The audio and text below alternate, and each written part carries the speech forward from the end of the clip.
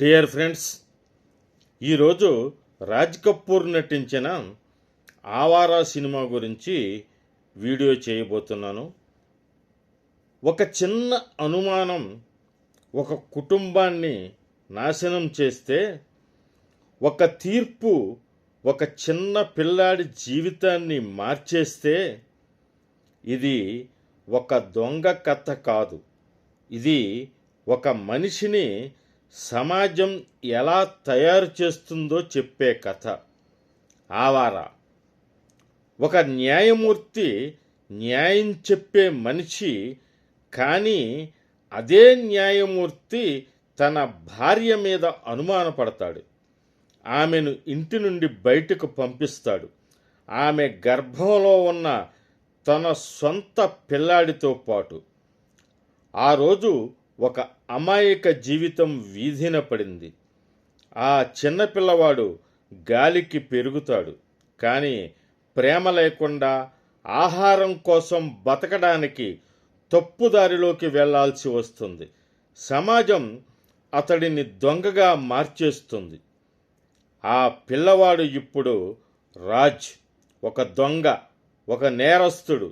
కానీ అతని గుండెల్లో మాత్రం ఇంకా మంచితనం మిగిలే ఉంది.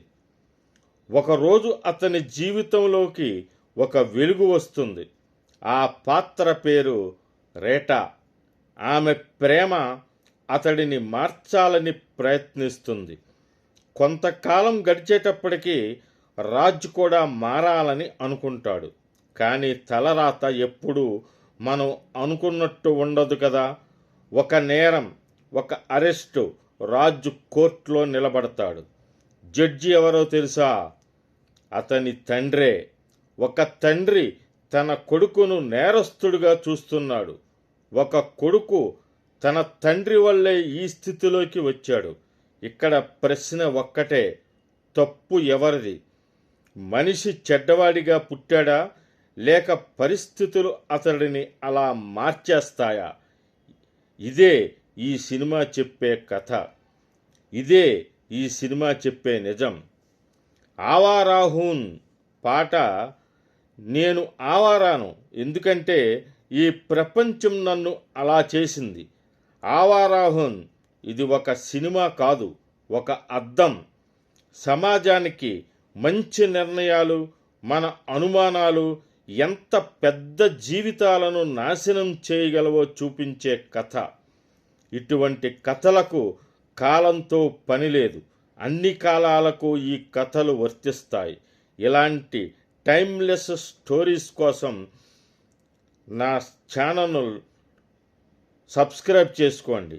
ఈ వీడియోను లైక్ చేయండి, షేర్ చేయండి. చిట్ట చివరి వరకు వదలకుండా చూడండి. ముఖ్యంగా సబ్స్క్రైబ్ చేసుకుని చూడటం మర్చిపోవద్దు. రాజ్ కపూర్ నటించిన ఆవారా 1951లో విడుదలైనటువంటి ఈ సినిమాకు అంతర్జాతీయంగా ది వాగ్బాండ్ అనే పేరు ఉంది. అంటే హిందీలో తిరుగుబోతులాగా, ఇంగ్లీష్లో వాగ్బాండ్ అంటే విదేశాల్లో తిరుగుబోతు అని అర్థం, సంచారి అని అర్థం. ఆవారా ఒక క్రైమ్ డ్రామా చిత్రం. ఈ సినిమాను నటుడు రాజ్ కపూర్ స్వయంగా నిర్మించి దర్శకత్వం వహించిన చిత్రం. ఈ సినిమాకు కథనం అందించింది ఖ్వాజా అహ్మద్ అబ్బాస్, విపి సాథే. రచన మరియు స్క్రీన్ ప్లే అందించింది కూడా ఖ్వాజా అహ్మద్ అబ్బాస్. ఇందులో రాజ్ కపూర్తో పాటు అతని నిజ జీవితంలో తండ్రి అయిన పృథ్వీరాజ్ కపూర్, నర్గీస్, లీలా చిట్నీస్ మరియు కేఎన్ సింగ్ వంటి వారు నటించారు. రాజ్ కపూర్ ఇతర కుటుంబ సభ్యులు కూడా ఇందులో కనిపిస్తారు. వారిలో రాజ్ కపూర్ చిన్న తమ్ముడు శశి కపూర్ రాజ్ కపూర్ యొక్క చిన్ననాటి పాత్రలో నటించగా, పృథ్వీరాజ్ తండ్రి దీవాన్ బషేశ్వర్నాథ్ సింగ్ కపూర్ అతిథి పాత్రలో కనిపిస్తారు. ఈ చిత్రానికి శంకర్ జైకిషన్ సంగీతం అందించారు. సినిమాటోగ్రఫీ రాధు కర్మాకర్ నిర్వహించారు. ఆవారా చిత్రం సామ్యవాద ఇతివృత్తాలను వ్యక్తీకరిస్తుంది.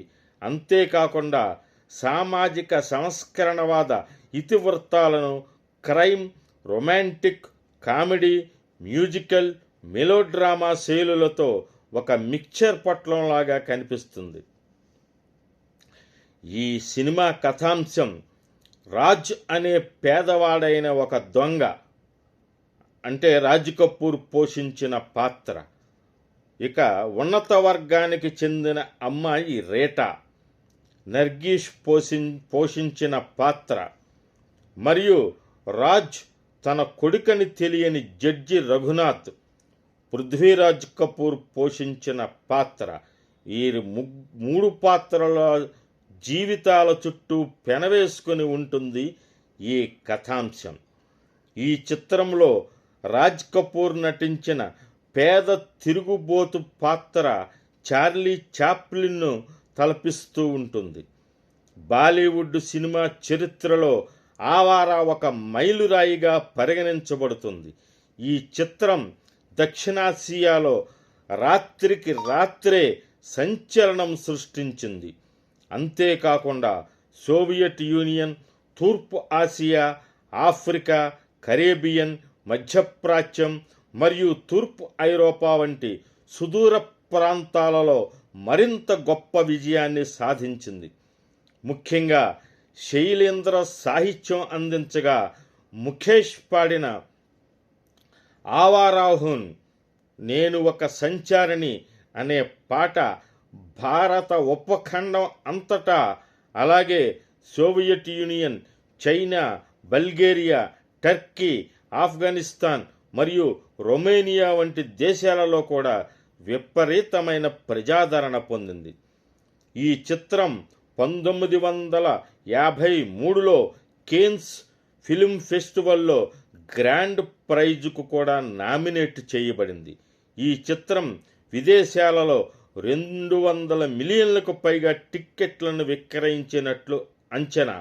అనేక దేశాలలో దీనికి ఉన్న ప్రజాదరణ కారణంగా ఈ చిత్రం అన్ని కాలాలలో అత్యంత విజయవంతమైన చిత్రంగా పరిగణించబడుతుంది మరియు అన్ని కాలాలలో గొప్ప చిత్రాలలో ఒకటిగా పరిగణించబడుతుంది. 2012లో టైమ్ మ్యాగజైన్ ద్వారా ఆల్ టైమ్ 100 గొప్ప చిత్రాల జాబితాలో కొత్తగా చేర్చబడిన 20 చిత్రాలలో ఆవారా ఒకటి. ఇక అసలు కథాంశానికి వస్తే, మంచివాళ్ళు మంచివారికి పుడతారు, నేరస్తులు నేరస్తులకు పుడతారు అని నమ్మే ధనవంతుడైన జిల్లా న్యాయమూర్తి రఘునాథ్ ఒక నేరస్తుడి కొడుకైన జగ్గాను బలహీనమైన సాక్ష్యాలతో అత్యాచారం కేసులో దోషిగా నిర్ధారిస్తాడు. ఆ తర్వాత జగ్గా తప్పించుకొని ప్రతీకారం కోసం న్యాయమూర్తి భార్య అయిన లీలను అపహరిస్తాడు. లీల అప్పుడే గర్భవతి అయిందని తెలుసుకున్న జగ్గా 4 రోజుల తర్వాత ఆమెను విడుదల చేసి తన ప్రణాళికను మార్చుకుంటాడు. అయితే ప్రజలు లీల వ్యభిచారం చేసిందని అనుమానించడంతో ఆ బిడ్డ తనదేనని ఆమె వేడుకున్నప్పటికీ రఘునాథ్ ఆమె మాటలను పెడచెవిన పెట్టి ఇంటి నుండి వెళ్ళగొడతాడు. లీల వీధుల్లో రాజుకు జన్మనిస్తుంది. వారిద్దరూ కడు పేదరికంలో జీవిస్తారు. రాజ్ పాఠశాలలో రేటాతో స్నేహం చేస్తాడు. బూట్లు పాలిష్ చేసే ఉద్యోగం చేస్తున్నప్పుడు అతని పేరును పాఠశాల రిజిస్టర్ నుంచి తొలగిస్తారు. రేట వేరే నగరానికి వెళ్ళిపోతుంది. ఆకలితో ఉన్న తన తల్లిని కాపాడటానికి దొంగతనం చెయ్యమని జగ్గా రాజును ఒప్పిస్తాడు. రాజు జైలుకు వెళ్తూ వస్తూ జగ్గా ముఠా కోసం పనిచేస్తూ ఒక నేర్పరి అయిన నేరస్తుడిగా ఎదుగుతాడు. లీల అతను ఒక వ్యాపారవేత్త అనుకుంటుంది. ఒకానొక సందర్భంలో లీల తన కొడుకు రాజుతో రఘునాథ్ అతని తండ్రి అని చెబుతూ అతన్ని క్షమించమని తన కొడుకును కోరుతుంది. తనను తన తల్లిని బాధ పెట్టినందుకు రాజ్ రఘునాథ్పై కోపం పెంచుకుంటాడు. రాజ్ జైలు నుండి తప్పించుకొని ప్రతీకారం కోసం రఘునాథ్ను చంపటానికి ప్రయత్నిస్తాడు. కానీ రీటా అతన్ని ఆపుతుంది. దాడి కేసు విచారణలో రీటా రాజ్ను సమర్థిస్తుంది. ఈ క్రమంలో వారి మధ్య ఉన్న తండ్రి కొడుకుల సంబంధాన్ని బయటపెడుతుంది. రాజ్ తన చర్యలను సమర్థించుకోవడానికి ఇష్టపడక తాను ఒక చెడ్డవాడినని చెబుతాడు.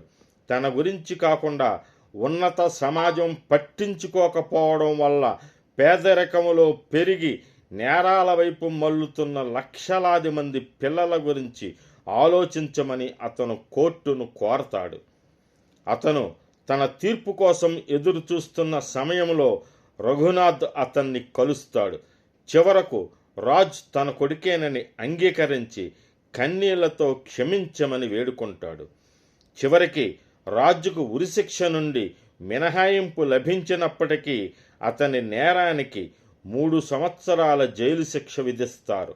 విడుదలైన తర్వాత రీటా కోసం తనను తాను సంస్కరించుకుంటానని అతను వాగ్దానం చేయగా రీటా అతని కోసం వేచి ఉంటానని చెబుతుంది. ఈ చిత్రానికి శంకర్ జైకిషన్ సంగీతం అందించగా పాటలను శైలేంద్ర మరియు హస్రత్ జైపురి రచించారు. ఏక్ దో తీన్ అనే పాటను శైలేంద్ర రాయగా శంషాద్ బేగం చక్కగా గానం చేశారు. ఆవారాహూన్ అనేటువంటి ప్రసిద్ధమైన పాటను ముఖేష్ భైరవి రాగంలో చాలా అద్భుతంగా పాడతాడు. ఘర్ ఆయా మేరా పర్దేశీ లతా మంగేష్కర్ అద్భుతంగా పాడినటువంటి పాట. దాంభర్ జో ఉధర్ మున్హ్ ఫేరే లతా మంగేష్కర్ ముఖేష్ పాడిన పాట. తేరే బినా ఆగ్యే చాంద్ని లతా మంగేష్కర్ మన్నాడే పాడినటువంటి పాట. ఇక నయా మేరీ ముంజ్దున్ మహమ్మద్ రఫీ పాడిన పాట. హమ్ తుమ్సే మొహబ్బత్ కర్కే ముఖేష్ పాడగా హస్రత్ జైపురి ఈ పాట రాశారు. ఏక్ బేవఫాసే ప్యార్ కియా అనేటువంటి పాట లతా మంగేష్కర్ అద్భుతంగా పాడారు. అబ్ రాత్ గుజర్నే వాలీ హై అనేటువంటి పాట, జబ్సే బాలం ఘర్ ఆయే అనేటువంటి పాట మొదలైనటువంటి 10 పాటలు కూడా మనల్ని ఎంతో సంగీతంలో వాలలాడిస్తాయి. ఈ చిత్రాన్ని ఆర్కే స్టూడియో మరియు బొంబాయిలో చిత్రీకరించారు. ఇండియన్ ఎక్స్ప్రెస్లోని తన కాలంలో కపూర్ ఇలా రాశారు: ఆవారాలో నేను నిరూపించడానికి ప్రయత్నించాను. ఆవారా వాసులు పుట్టుకతో రారు, కానీ మన ఆధునిక నగరాల మురికివాడలలో తీవ్రమైన పేదరికం మరియు చెడు వాతావరణం మధ్య సృష్టించబడతారు. అలాగే విమర్శకుల స్పందన కూడా ఈ చిత్రం పట్ల చాలా బాగుంటుంది. ఈ చిత్రం గ్రాండ్ ప్రైజ్ ప్రామ్ డివోర్లో టర్కిష్ దానికి 1955లో నామినేట్ చేయబడింది. ఇది ఆ సంవత్సరపు ఉత్తమ చిత్రంగా ఎన్నుకోబడింది. 2003లో టైమ్ మ్యాగజైన్ దీనిని భద్రపరచవలసిన 10 భారతీయ చిత్రాల జాబితాలో చేర్చింది. టైమ్ మ్యాగజైన్ ఆవారాలో రాజ్ కపూర్ నటనను సార్వకాలిక 10 మంది నటనలలో ఒకటిగా కూడా ఎంచుకుంది. 2005లో ఇండియా టైమ్స్ మూవీస్ ఈ చిత్రాన్ని తప్పక చూడవలసిన టాప్ 25 బాలీవుడ్ చిత్రాలు జాబితాలో చేర్చి ఇలా రాసింది: రాజ్ కపూర్ మరియు నర్గిస్ తెరపై కలిసినప్పుడల్లా నిప్పు రవ్వలు ఎగిరాయి. వారి కెమిస్ట్రీ అద్భుతంగా ఉంది మరియు రాజ్ కపూర్ యొక్క ఆవారాలో అది సహజమైన అభిరుచితో మెరుస్తుంది. నర్గీస్ యొక్క స్వేచ్ఛాయుతమైన మరియు నిశ్చింతమైన శృంగారం స్పందిస్తుంది మరియు రాజ్ కపూర్ యొక్క చిందరవందర జుట్టు తిరుగుబాటు వ్యక్తిత్వం ఆ మంటకు ఆజ్యం పోస్తుంది. ఇక బాక్సాఫీసు వద్ద భారతదేశంలో ఈ చిత్రం 1951లో 2.1 కోట్ల రికార్డు వసూళ్లను సాధించింది. ఆ సమయం వరకు భారతదేశంలో అత్యధిక వసూలు సాధించిన చిత్రంగా నిలిచింది. ఈ వీడియో కనుక మీకు నచ్చినట్లయితే లైక్ చేసి సబ్స్క్రైబ్ చేయవలసిందిగా మిమ్మల్ని కోరుకుంటున్నాను. ఎవరైనా ఈ చిత్రాన్ని కనుక చూడకపోతే మంచి ప్రింట్తో మనకి మీడియాలో లభ్యమవుతుంది. అందరూ ఖచ్చితంగా ఈ సినిమాను చూడవలసిందిగా మిమ్మల్ని అందరినీ కోరుకుంటూ సెలవు తీసుకుంటున్నాను. సెలవు.